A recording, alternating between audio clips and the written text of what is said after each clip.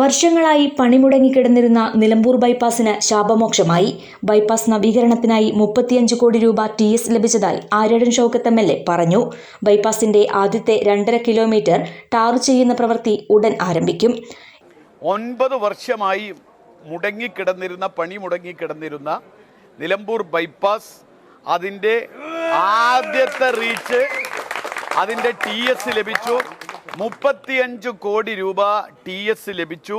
അത് ഉടനെ ടെൻഡർ നടപടിയിലേക്ക് പോവുകയാണ്. ആദ്യത്തെ 2.5 കിലോമീറ്റർ ടാർ ചെയ്യുന്ന പ്രവൃത്തി ഉടനെ തന്നെ നടക്കാൻ പോവുകയാണ്.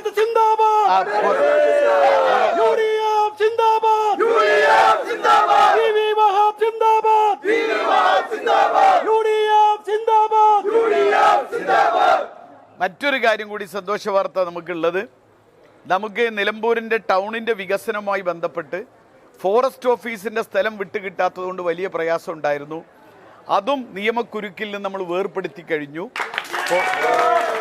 ഫോറസ്റ്റ് ഓഫീസിൻ്റെ സ്ഥലം 161 മീറ്റർ നീളത്തിൽ പോസ്റ്റ് ഓഫീസ് വരെ, TB മുതൽ പോസ്റ്റ് ഓഫീസ് വരെ 3 മീറ്റർ അകത്തോട്ട് മാറ്റി അവിടെ ഇനി റോഡ് വീതി കൂട്ടാൻ വേണ്ടിയുള്ള അനുമതിയും നമുക്ക് ലഭിച്ചു കഴിഞ്ഞു.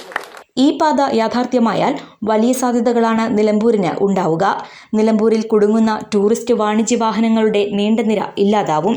ഇതോടെ സംസ്ഥാന പാത 28 ട്രാഫിക് ബ്ലോക്കുകൾ ഇല്ലാതാവും. KL 71 news, Nilambur.